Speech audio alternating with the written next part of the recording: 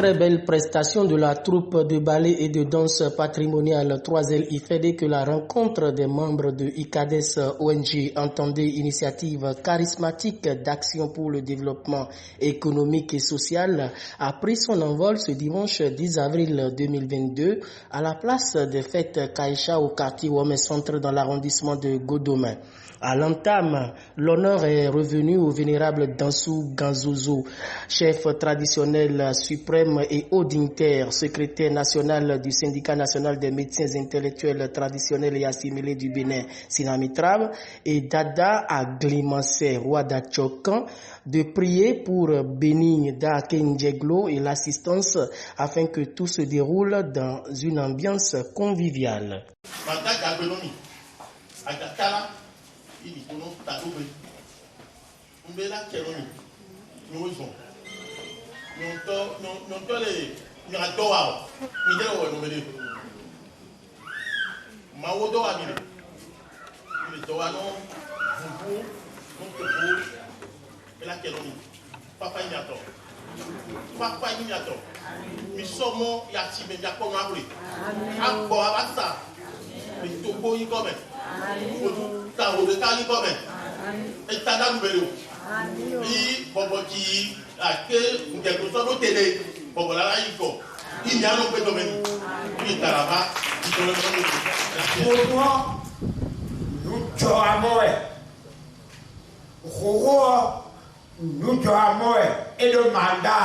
Devant une foule composée d'anciens et de nouveaux membres du Festival international des jumeaux et de ICADES ONG après invocation de Maou Segbolissa et des man immuables de nos ancêtres, la genèse du Festival international des jumeaux a été faite pour mettre tout le monde au même niveau d'information.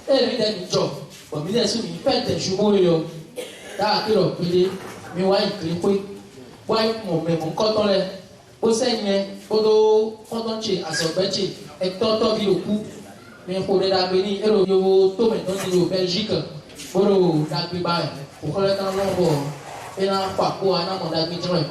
hu mi kle po so dagbe de gro san foro ti o ton bo ipe akwe baji no to iton mi dagwa wa na si ko me na ho bo o ko le wa do me na ho do ji ni mi ma do yiwe bo ina mo do kle po si me na dia mini ban ko de go tam ta ke de gro ti jan ilo jo kan ba wa ble bo yen ko ilo ko bi so pe do tout temps bon mi ban ko chachalo ko le na ko ilo jo de temps bo wa bozu festival international des jumeaux il est pas comme dans que mi gro ne yo ko je fine yo ta ke de gro pe de ye me ro ko bu si 1951 o kle ko le yo ko to fo ele non chon wa we ro to men ko ka ko ele e bi na do to ye me bi ye me ko aton nu leji bo mi ta wa si fi bo ikle ko bo iwu ko ka itam aso we je no ro ko ro septembre ko da mi ko no bi amisa bo no tangbe ko fine bo no ha na so pele bo no mali e bi o ko yan so me ro o to me o ino aya konjilo bo we adoe a mewa bueno no fina bo no chacho il a éprouvé ne okai o don to pesi président dit que kai me to bro to bi lo bureau me boy diplôme tam boy na e do ko to me ko to me bo mi check le ko ko iton le sa o mi na mo ko e je bi le da ke je lo re ko bo alo me o na mo ko yo kai ko yo e bi du kai lo kle ko bi de su festival international de jumeaux cheton bon we bi wa o to me bi wa pi ka go da on kle ko e no ni bloqué ko le ko cha ko le ji da ke je go na do apanto we mi do festival o me o pe go mi do festival o pe o e no so fa volonté do Benin to ji won ko no nu le ka ro le o we ro ku ba ro to me pe ma ro ko ne ka blo go ko la ko fi pa kan ji o e no do ki sinde o mi no blo tantan mi ko do mi lo bi no atan sa ko de da ki ma se le ko ka ye bro to ji o mi le blo ko je fine mi le ka ye bro to ji atongo o ko le do apa na do to we mi o ko lo to ko le yo da ke je bro na ta kan to ni na ye me do nu me na ro ko to pa ko ro yi ko ba si abo level ìjà kan tó jí gbé ọgbẹ́ òwò lẹ́tọ̀ wẹ̀ ló dá kéńjẹ gbogbo rẹ̀ lọ nùwé ló pẹ́ kún ẹ̀rọ tọ́ tètè tọ́ ẹ pé wọ́n kú àpò pé lọ́ní dọ̀kún mọ́ ẹ pé kó sọ́n ẹ bẹ́ẹ̀ dọ̀kún yìí bọ̀ máa mi náà lẹ́bẹ̀ dúró lọ fún lọ ẹ tẹ́ kí ẹ lẹ́yìn kan lọ́dẹ ìwé mi lé yọ tsẹ́jú àtọ́ sí mú gbó wọn yé mẹ́bí kó wọ́n tó dá kéńjẹ gbogbo tó bẹ́ wá kóró gbóró rà pé táwọn yọ tó ìwẹ́jọ́ fẹ́ gbóró kúta ìyá àmọ́ yè ká pìtà tọ́nu mi bọ̀ sùn kẹlẹ́gbẹ́ nù yé mẹ́bí hàn ó jọ bẹ̀rẹ̀ àbọ̀dọ̀ ọ̀rọ̀ ikú pẹ̀ yọ tọ́sẹ̀ kakawa dá kéńjẹ gbogbo sàn sábà nukɔtɔ wosɔyi wosɔ awoe gɔ wole sɔyi atɔgbɔ inu ayɔ si ɔdzo nudo do asakun ɛmɔ onu dze gbadagbada kodzi gbada kéńdze gbolo dze òkú lɛ mla dzi kúrò òkú lɛ mla wɛ wọ́n alɔ président glikotɔ bisayɔ alɔ ni lɔ président wɔ lɔ président wa ɔnu eku pɛlu tɔ mɛ yi òkú lɛ kalɛ mi kpekpe kpekpe emi kpekpe dza kalɛ koe sugbegbe ede ma sɔ nu edo awo gaga nu edo ede kpokpo sɔbla do kɔnu wevio yovo lɛ lɔ wevio lɔ to fɛn dako ta o edikawo esɔlɔ te yɔ wedo yɛ edikawo yɛ wɛni mi wuli yɛ yɔ edikawo yɛ ɔsugbegbe tawo kɔ ni kpɔmɔ o président isayi ma n'edzi lɛ ewɛ yi kla yɔ wɛnɛ nu idalɔ mɛ kó da kéńdze gbolo gbogbo di lɛ diamiaka wosɔ esi gbolo to wosɔ wa wɔ mɛ fi to fi mɛ akɔ mɛ vi mɛ bi bɔ awadidze de san mɛ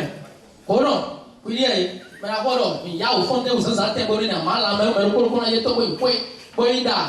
ọbẹ̀ ìdúró yẹn náà ẹ̀ wò lọ òun náà tọrọ ìdílé yan yín wà ń fẹ́ ẹ̀ ma mo lọ́rọ̀ ní lòdì lóró ẹ̀ dà yìí ọ̀hún ìkúrà yín pẹ̀lú èrò pépè entre 5 heures à 6 heures ẹ̀ máa lọ ẹ̀yìn fọ́nbọ̀ yẹn máa la bẹ́ẹ̀ ni wọ́n á mọ̀ ṣe mọ̀ náà bẹ́ẹ̀ mi bí sáfọ̀ sọ pé ọ̀sán fọ́nbọ̀ mẹ́ entre 5 heures et 6 heures wọn ne bo la jẹmẹ ne bo dzi bo wa ŋu ta kéńdze gblo kpɔdɔ wòbie ne wɔn ekpe wòbi dudu tó yina duɔ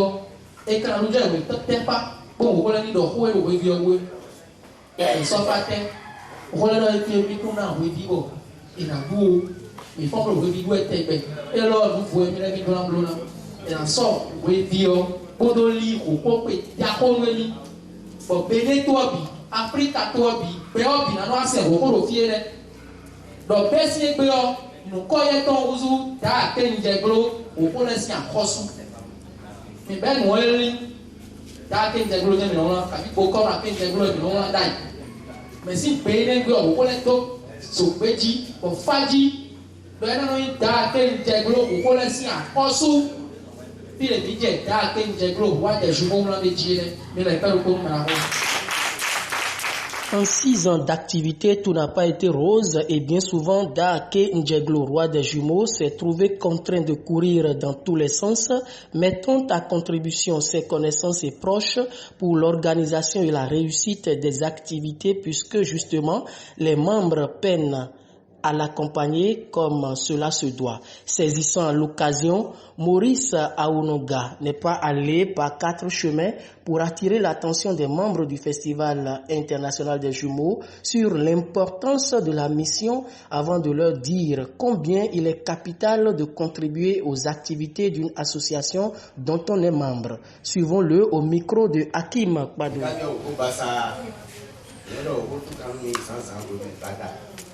Wọ́n dàgbé mi tọ́lẹ̀ yìí náà mi tọ́lẹ̀ di àsì mi tán lómi dẹ́bi náà lọ àmì tó tàn náà wà lọ níbi dé. Yẹ́n ló yẹ́mi lọ Maurice Aounoga. Mẹ́yìn wọn mi lẹ́nu yẹ́mi lọ Taylor Tete. Ọ̀dọ̀ parakusi àyèjú bàndí. Tẹ́ ìtọ́ mi wà. Lóyún jóná náà náà tán. Bẹ̀rẹ̀ fún ọmọ ẹ̀rọ fún kúrò káàdì wọn náà ẹ̀ sọ parakusi àyè náà dìdò. Òun kàkókò gbọdọ̀ gàdé ló fi lẹ̀ kì sí àsámẹ̀. Ó tẹ́ ká tó mi wá nílò ìkàdé sọ̀rọ̀ òkú pàṣà international lẹ́yìn fún wọn kọ̀ nìlú. Fún wọn mẹ́lẹ̀ ìkàdó wọ ìwé òtùmíṣe ló dé ẹ wá tí di ìgbẹ̀bí lẹ́tùn ní òtùmíṣe fún wọn ló dé àlọ́hùn. Ló mẹ́sì créé fún wọn nùnáyọ̀ òtù ẹ̀ lòlómọ̀ ló yẹn lẹ́nu paraku náà. Mais il faut mais le couteau, mais le couteau, mais nous, nous conquérons Dieu. Mais le tien du même, mais oui, mais le tien du même. Nous avons le nous voyons ni mon dévotif tel que nous vous passons. À la suite de Maurice Aounoga, un présidium de 3 membres a été mis en place pour la lecture des textes qui créent la fondation Rohonumbudo, le mystère des jumeaux. Après la lecture donnée par Patrick Adjagbodjou, membre du présidium, parole a été donnée à l'Assemblée générale par Rounon Chipion, présidente du présidium, et le rapporteur du présidium Rounon Akondi a enregistré les apports contribution de quelques intervenants. Toutes les interventions étant des appréciations et félicitations adressées à Dar Ake Ndjeglo et à sa suite, c'est par acclamation que l'Assemblée générale a adopté les textes qui consacrent la création de la Fondation Rohonumbudo, le mystère des jumeaux. Ensuite, Sa Majesté Dada Aglimase et le vénérable Runogan Dansou Ganzozo ont prié sur la fondation des saintes pour l'atteinte des objectifs qui sont les siens.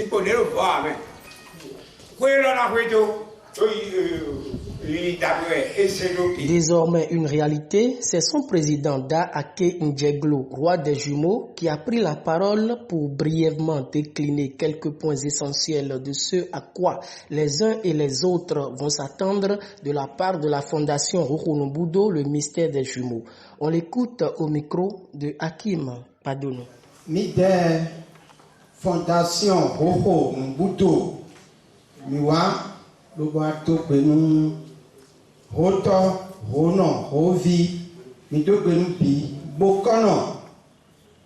hoso afile mi kan pe bia lo ko mi ton le gon mi kan ho bia lo me jo mi wa ton le do bo di nu ho kable ko chi bo afi kan ki ko e lo mi o mi do penu lo ko mi ton le mi to penu bo me aba mi sin le me bi lo fia kan me o e na yi to penu mi. Voilà, nous avons mis le fier, nous avons câble coaché, on vit le quoi qui est à ton oui, on peut le dire oui. Viens nous mettre nos fils nous mettre nos fils de code goya goya. Et là viens une vidéo, à sa mère attend viens, kawani. Comment nous comment les filles, compliqué, à dramatique pas dire. Et qu'on dit miwai, à dramatique pas dire, pas ici, pas ici. Et ouais sombre, et donc nous avons mis le hokokon et non oui. Hokokon, mais oui, non, hokokon. Ah, dramatique, pas dit, pas visite, pas travisi. Et donc, et au bout de nous, nous est quand on dit, et na oudoui, et na fandoui, à nous, mon coton, à sien mon coton, à toi, mon coton, et na oulou. Mi katite, mi des fondations, Rohonumbudo, mi tite. Voilà, mi quand je la hoko si hokon, ouais, qu'elle soit, elle n'est pas, mais il est pas comme il est.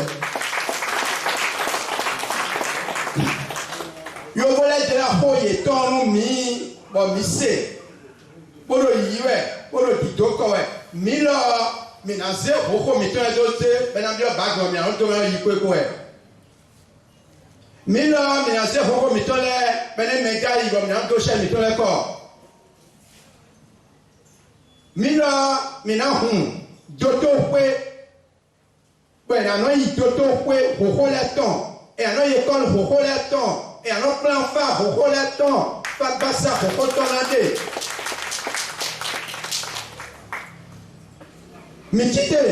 et là tiens, Kanzozo, do, da ake, Ndjeglo, roi des jumeaux, et qu'on huntome, et qu'on pétame, ni do, mais bien encore vous créez, si n'a mis travail pour nous, baka de fébé. On veut même da ake, Ndjeglo, bon, voir le fébé, tu vois, la fondation, on vous dose le théorie d'un on peut nous dire que le temps est, on est dit on tourne là. Tu nous fais là, nous avons un la cloie, on prend un hammer, bon, nous avons tourne le polo et ton le tour, mais, bon, nous avons le polo. Nous avons dit, nous avons connu un millier. Mais nous avons qu'on va qu'est-ce que nous avons. Bon, mais les ministres, dans quel diable temps, ben, dans ce nous l'on est à la fin du comité. On appelle le comité, peuple n'a pas mis, il met ton agneau, il met ton agneau, bon, qui parle un peu, par exemple, il met ton main, mais quand on a un couteau, bon, quand vendre, si ça, ça, caca, diaglo, d'aken, diaglo, yola, et un homme, et peuple me tombe bien, femme.